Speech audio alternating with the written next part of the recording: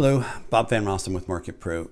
Very interesting and very concerning what we're seeing going on in higher education relative to Columbia University and the protests there, protests on other campuses, and sadly the interviews we're seeing where students from NYU are on campus with the group of protesters and don't even know why they're protesting. And we've seen this deterioration in academia for quite a few years now, where it's become very public. And then you've kind of got to look at it and say, okay, in the world we live in, executive search, Market Pro, we do senior level marketing roles, have for 25 years, chief marketing officer, VP of marketing, head of e-commerce, head of B2B marketing, PR, communications, brand, e-commerce, digital. Those are all the worlds that we work in. And I bring that up because most of the time, or a lot of the time, right, having your MBA, having a certain level of education has been very important to certain clients. And we've never before seen it where organizations just say, I don't value it at all. And ultimately, now we're starting to see some big changes. Really, 2 years ago, we started to see some big changes. So 2 years ago is when it started to become very public what was going on in some Ivy League schools and some other schools of higher learning relative to teaching kids what to think, not teaching kids how to think. So now, right, if you can look at a few examples of what we're seeing, we have one client that we've worked with for over 12 years, probably close to 14 years. And on average, we probably place one person a year with them in their marketing department. And historically, one of their requirements has been Ivy League MBA. Entrance to the game, if you don't have it, you're not getting in the front door. And historically, that's not been most of our searches, but it's probably been approximately 20% of our searches where that's really important to our client. And now in 2022, they dropped that requirement. They dropped that requirement based on what they were seeing in Ivy League education and how Ivy League education had changed.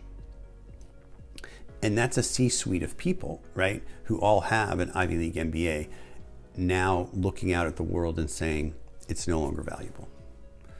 Very interesting, right? Now, right, shift forward, and in the last 2 years, so 2 years, we have not had one client say, I have to have an Ivy League MBA.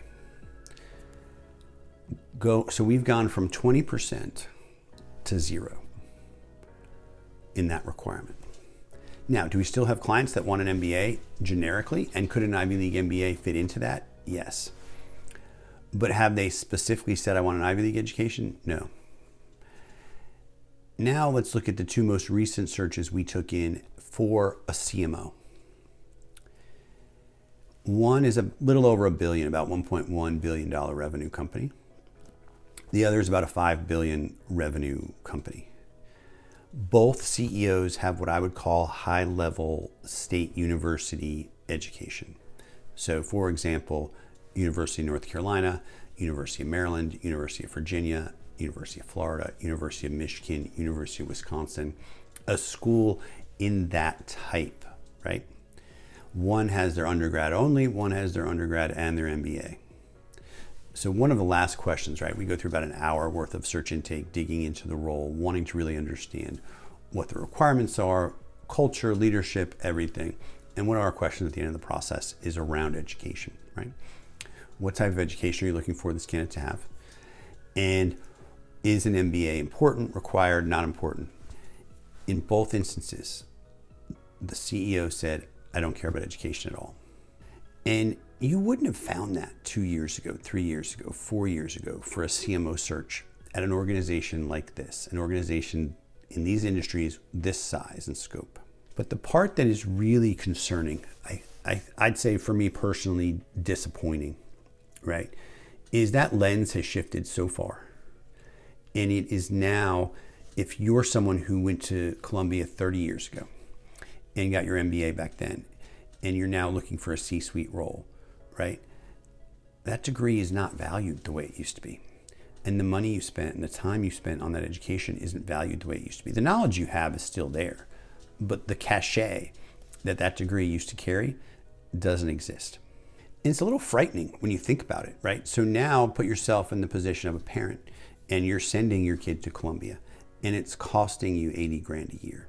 It is really hard to justify that you're going to get a return on that investment in the future with the child having that education. And let's even look at it and say, okay, well, the university has the opportunity to turn itself around. And 5 years from now, they could be back to focusing on education, teaching people how to think, not teaching people what to think, and being great again in the way they were 25, 30 years ago as an education institution, right? And so now maybe that degree will be worth more later. No, it won't. And it won't because hiring managers and organizations are smart. And they'll look at it and say, okay, Columbia is a great university again. But back in 2024, it wasn't. And if 2024 is when your time overlaps at Columbia, whether you are a freshman, junior, senior, grad student, whatever, you're going to be ruled out. You're not going to be looked at as someone they want to hire based on your time there. And it's a pretty sad statement, but it's not unfair relative to what's going on at that university, relative to what's gone on at other Ivy League institutions in the last couple of years. And we have seen a significant decrease in education being important as a metric when hiring.